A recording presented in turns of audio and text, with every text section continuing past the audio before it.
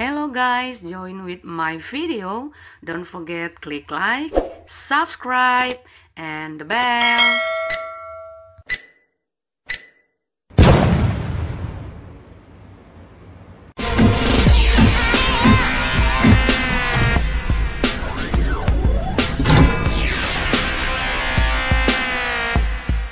Yippee, ketemu lagi dalam The World of Science bersama Julia LG. Oke, kali ini saya mau bahas tentang pengukuran materi di kelas 7 pada bab 1. Kamu tahu di dunia ini ada yang bisa diukur, tapi ada juga yang tidak bisa diukur. Salah satu yang bisa diukur seperti misalnya waktu. Nah, untuk yang tidak bisa diukur seperti kedewasaan seseorang. So, dalam video ini saya mau membahas tentang sesuatu yang bisa diukur, disebut juga sebagai besaran. Besaran adalah segala sesuatu yang dapat diukur. Hasil pengukuran tersebut akan dinyatakan dalam bentuk angka dan satuan. Misalnya, contoh yang tadi sudah diberikan, yakni waktu. Julia berangkat dari rumah ke sekolah membutuhkan waktu selama 30 menit. Maka waktu disebut sebagai besaran, 30 disebut sebagai angka, dan juga menit sebagai satuan. Besaran dibagi atas 4 jenis. 1. Besaran pokok, 2. Besaran turunan, 3. Besaran vektor, dan 4. Besaran skalar. Tetapi dalam video ini saya hanya membahas tentang besaran pokok dan besaran turunan yang memang menjadi materi utama di pelajaran kelas 7. Baik, pertama saya akan membahas tentang besaran pokok. Besaran pokok adalah besaran yang satuannya telah ditetapkan terlebih dahulu dan tidak bergantung pada besaran lainnya. Satuannya adalah satuan internasional atau SI. Ada 7 macam besaran pokok.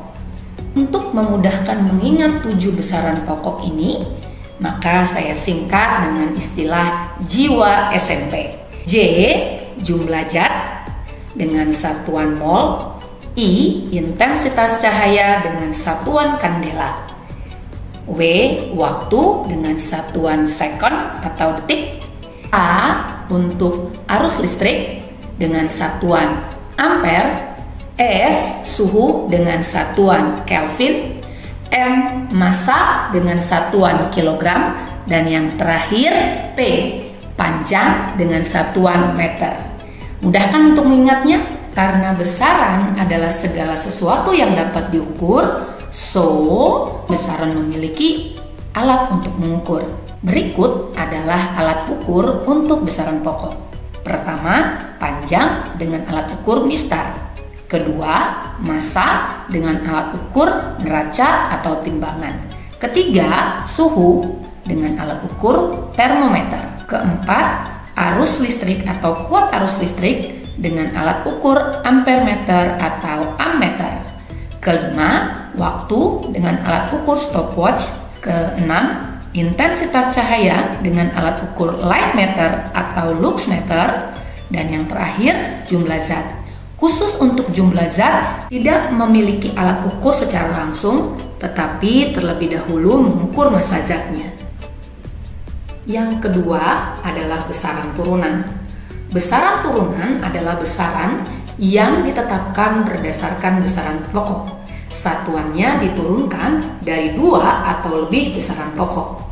Contohnya adalah luas. Luas memiliki satuan meter persegi, yakni turun dari panjang dan juga lebar. Lebar sendiri sebenarnya bagian dari panjang loh. Lalu contoh lainnya kecepatan. Kecepatan punya satuan meter per sekon. Turun dari panjang dan juga waktu. Tidak hanya besaran pokok yang memiliki alat ukur. Besaran turunan juga memiliki alat ukur loh. Berikut adalah alat ukur untuk besaran turunan. Ya, itu dia materi tentang besaran. Mudah bukan? Eits, tapi jangan salah. Pembahasan pengukuran bukan hanya tentang besaran. Bahwa besaran itu masing-masing tidak hanya memiliki satu satuan, masih ada satuan lainnya. Contohnya panjang. Selain meter, satuan lainnya adalah kilometer. Dalam kehidupan sehari-hari, kita tidak bisa mengukur seluruhnya dengan satuan meter. Terkadang kita juga harus menggunakannya dengan satuan kilometer. Misalnya seperti motor.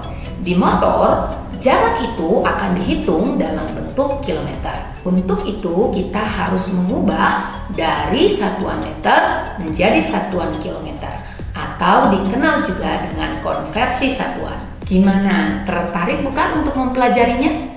Pembahasan tentang konversi satuan ada di part berikutnya.